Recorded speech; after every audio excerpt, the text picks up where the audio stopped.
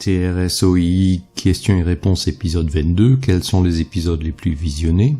Nous sommes au tout début du mois de janvier 2021 et pour ce 22e épisode de la série TRS-OII, questions et réponses, la question est: quels sont les épisodes de cette série les plus visionnés à date? Outre indiquer et commenter le hit parade, j'en profite pour glisser une petite réflexion sur les basiques de l'analyse de données et des diagrammes de Pareto. Je suis Christian Aumann, bienvenue à bord. Au sommaire de cet épisode, une petite clarification et où trouver les épisodes dont il va être question, un premier classement qui pose un léger problème, un second classement plus réaliste, le hit parade en top 6, pourquoi un top 6, mes commentaires sur le top 6, les autres surprises et commentaires, la conclusion. Une petite clarification, ma playlist dédiée au TRS-OII sur ma chaîne YouTube comporte 24 vidéos, certaines antérieures à la création de la série questions et réponses, ont été intégrées dans la playlist, ce qui explique la différence de comptage par rapport aux 22 épisodes mentionnés. Où trouver les épisodes dont il va être question? L'habitat naturel de ces épisodes est ma chaîne YouTube, et plus précisément ma playlist dédiée au TRS-OII. La liste des épisodes avec les liens pointant vers eux est également tenue à jour sur mon blog de la Nouvelle Industrie.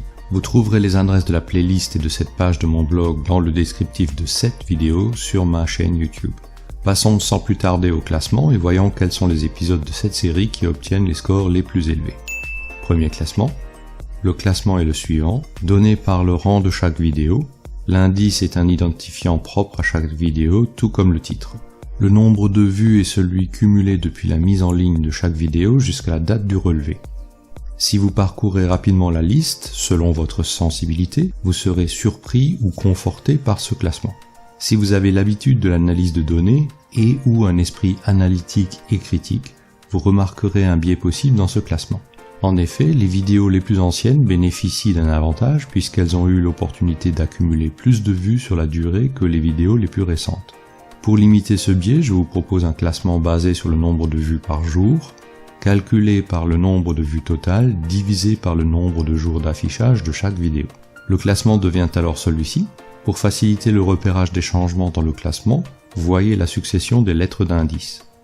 Celles-ci se suivaient dans l'ordre alphabétique dans le classement par nombre de vues. Elles se trouvent mélangées par le classement par nombre de vues par jour.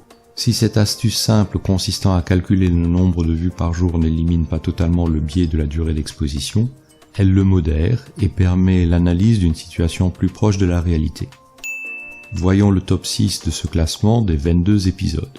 Pourquoi top 6? Si l'on considère le diagramme de Pareto, on perçoit visuellement trois classes qui rappellent la classification ABC. Nous avons les deux vidéos les plus regardées en tête de Pareto, puis 2 fois 2 autres vidéos qui forment la classe B, et tout le reste qui fait la classe C. Je n'ai pas vérifié si ma classification est conforme aux conventions ABC, qui pour mémoire sont les suivantes. Classe A, tous les items qui accumulent 80% du paramètre considéré. Classe B, les items qui accumulent les 15% suivants. Classe C, l'ensemble des items qui accumulent les derniers 5%. Pour votre édification, voici le diagramme de Pareto basé sur le nombre total de vues par épisode. Mes commentaires sur le top 6. Introduction à la série TRS, TRG, OI, questions et réponses reste en tête et bénéficie effectivement d'un intérêt relatif important que l'on peut voir dans la série temporelle proposée par YouTube Analytics.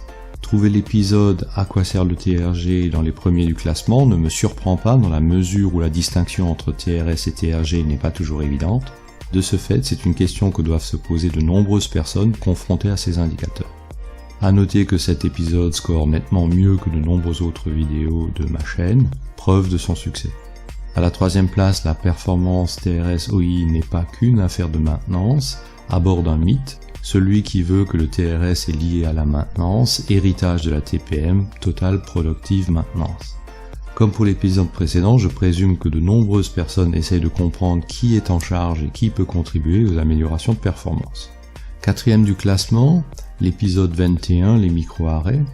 Il bénéficie de l'effet nouveauté qui fait que les vidéos obtiennent de nombreuses vues durant les premiers jours de leur parution. Le rapport entre le nombre de vues et le nombre de jours de la mise en ligne lui confère un score favorable. Outre ce biais, la thématique des micro-arrêts est souvent un sujet délicat qui peut expliquer un réel intérêt du public pour cet épisode, un intérêt à vérifier sur la durée. À quelle question répond le TRS et pourquoi mesurer en temps se classe 5e avec cette double question pour stimuler la curiosité.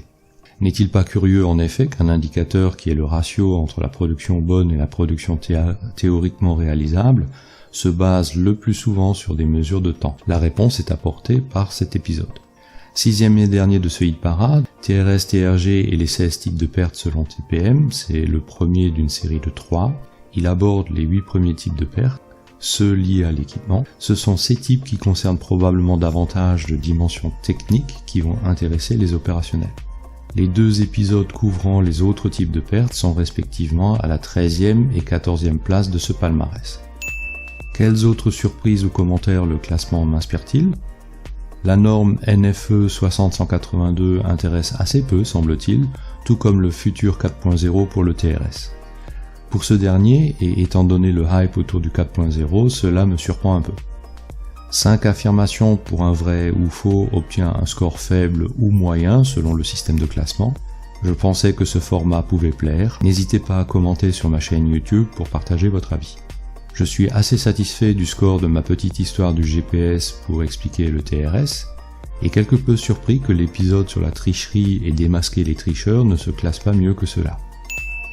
Conclusion.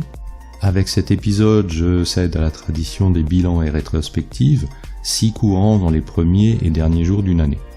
J'espère avoir stimulé ainsi votre intérêt pour découvrir ou revoir certains épisodes. Il y avait un message sur l'attention qu'il faut porter aux données. Il ne s'agit pas simplement de créer un diagramme de Pareto sans réfléchir à ce que l'on veut analyser ou mettre en évidence. Je suis curieux de voir combien de likes cette rétrospective va accumuler. Merci pour votre intérêt et à bientôt sur l'un de mes médias.